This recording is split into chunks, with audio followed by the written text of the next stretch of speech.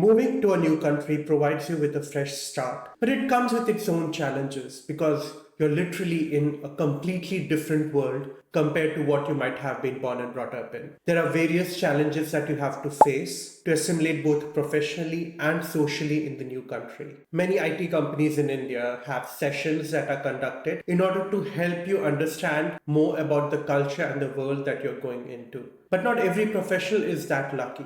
So whenever you're deciding to move to a new country, make sure that you get enough information about the new country to just understand how they work differently than the country that you actually belonged to. It could have to do with the language that they speak, what's considered a norm in this new country, and what is considered socially acceptable and what's not. The culture of East is very different from the culture of West. So if you're moving from one of the Eastern countries to the West, there could be many things that don't seem right to you because of the difference in culture that you were born and brought up in. Indian professional scene is very hierarchical in nature. What's the time, Shrikant? 9:20. So you're late, right? But in the West, it's quite different. Someone who's more vocal with their ideas is appreciated more because they're willing to contribute instead of just listening to what they're being told. West is all about work-life balance. Unlike in a country like India, where someone who works beyond their working hours is appreciated for their hard work. और आज फिर से half day Why? Why is staying late at work considered a virtue?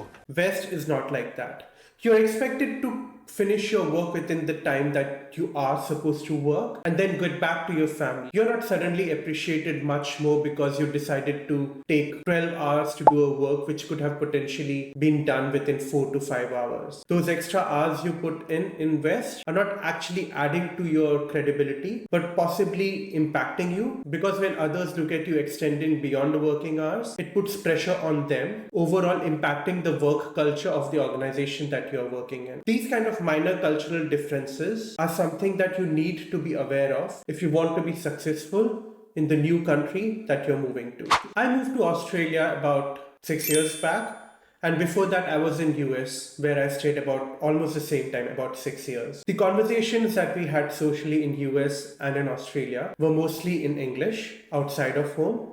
And at home I used to talk in Hindi with my wife. Being bilingual or multilingual is something that can really help you to assimilate with people of multiple cultural backgrounds. So being multicultural is really helpful. Overall, you have to make sure that you're not giving priority to one subculture over another. Take every opportunity you get to socialize with the locals, because it's really going to help you build a rapport with them and understand their culture firsthand. I'm not saying to totally cut yourself off from your own culture. I would definitely recommend you to make sure you preserve that culture at home and social meetups with people who share the same culture. But at the same time, don't give priority to one over the other. Maintain the balance between the two. It's going to help you and your next generation in coming years. Once you have moved to a new country and you have kids, there is always this fear of losing your own culture. While assimilation is important, many fear that they would lose their culture if they integrate themselves too much into the culture of the new country. There is a fear of losing their food, their language, and their traditions. This is something that my parents fear a lot about. What language would my daughter be comfortable in? For example, if we just talk to her in English, then obviously she wouldn't have exposure to the two other languages that we can speak at home, that is Malayalam and Hindi. So just recently we started talking to her in Hindi more than English. She sounds quite comfortable. She understands when we speak in Hindi to her, and she herself tries to talk in Hindi with us. This would ensure that she is at least bilingual, which is going to help her overall personality development down the line. But at the same time, we don't discourage her from speaking in English, because English is the language that she would have to use when she actually joins the professional workforce or even at school when she grows up. One thing that we have been lucky with is the community that we live in has a lot of Indians. So we haven't really lost touch with our traditions. For example, when I was in India, we used to celebrate Holi and Diwali and all these festivals with a lot of enthusiasm. Many migrants might think that they won't be able to do so when they are in Australia or the new country that they have moved to. But with so much migration across the Western world from India, it's easy to find a community that you can belong to and enjoy these traditions with equal enthusiasm as we used to back in India. So at least traditionally, the likelihood of your kids losing touch to your Indian traditions is actually quite low. One of the biggest cultural difference between a Western civilization and one from the East is Western culture is all about individualism, whereas the Eastern culture is more about family values. That is a conflict that we would always have because of the way that somebody in West is brought up compared to someone from Eastern civilizations. What we need to understand is neither one of them are individually right or wrong. What we need to have is a balance between the two types of culture. Now that we are talking about balance, let's get to the last section of this video, how to maintain this balance. So here are a few tips on how you can maintain a balance between the new and the existing culture in order to grow as a migrant in a new country. Tip number one, speak your native language when at home. May it be Hindi, Tamil, Bengali, or whatever your native language is. This will ensure that with time, you don't lose your link to your native language, and neither do your kids lose that touch. Celebrate festivals. Like I mentioned before, it's very easy to find people of your community in the new land. Organize Diwali, Holi, or other festivals with the community that you belong to.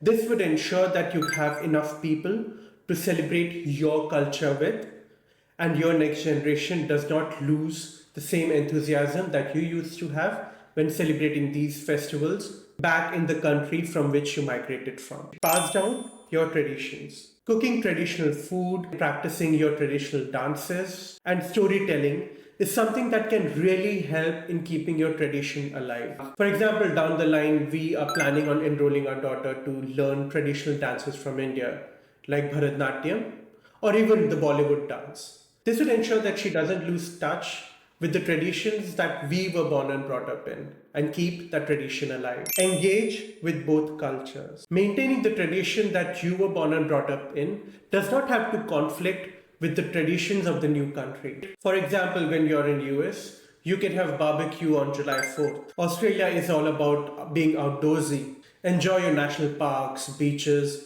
or barbecues during Christmas, Easter, or during Australia Day. One of the most important tips that I can give you is stop isolating yourself or your kids to just your community. I often see people restricting themselves to the people and culture that they follow instead of exposing themselves to new ideas and new culture. Isolating yourself to just one community is going to break you off from other communities. Most of the Western countries are all about multiculturalism. It's accepting their culture, at the same time contributing with yours, so that we create a multicultural society which is going to help the whole community grow together. When you isolate yourself to just one kind of community, you actually make it really hard for your kids to actually go out of that community and contribute to the greater good of the country that you have moved to. That is something that's not going to be helpful for your kids or the new country that you now belong to. It's very important to socialize with people across different cultures in the country that you have moved to. This is probably the most important aspect of assimilating as a migrant in a new country. Assimilation does not have to mean losing your culture. It rather means creating a fusion of your own culture with the culture of the country that you have moved to. A unique identity which blends best of both worlds. No matter if you're in New York, Dubai, or Sydney, the culture that you nurture is going to stay with you no matter what. So tell me, what do you think is the best way to maintain your culture and still assimilate with the new culture that you belong to? I have touched some tips on this topic, but I would love to hear from you. What are the things that you think are even more important than what I've just mentioned. If you enjoyed this discussion, then do hit the like button and subscribe to this channel if you want to learn more about living as a global desi in today's ever-changing world. Hope you have a great day. Bye.